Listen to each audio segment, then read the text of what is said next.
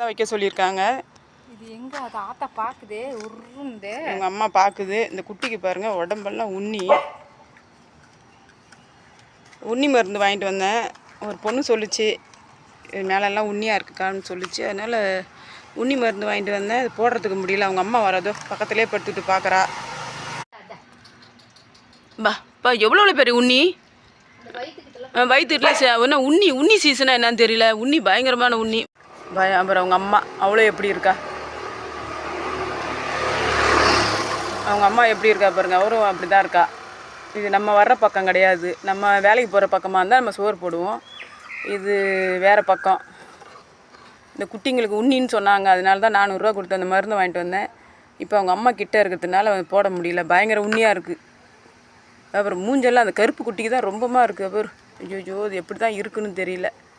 மூஞ்செல்லாம் உண்ணி, பயங்கர உண்ணி. அதை தலையிலையும் உடம்புலையும் வைக்க சொன்னாங்க மெடிக்கலில். அதனால் வாங்கிட்டு வந்தேன். அது கிட்டே போக முடியல. அவங்க அம்மா இருக்கிறதுனால கிட்டே போக முடியல.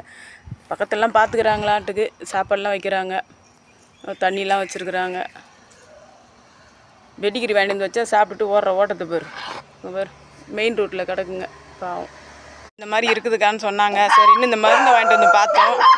அதுங்க வெளியில் வர்ற மாதிரி தெரியல. அவங்க கையில் ஒப்படைச்சிட்டு வந்துட்டேன் பார்த்து போடுங்கன்ட்டு.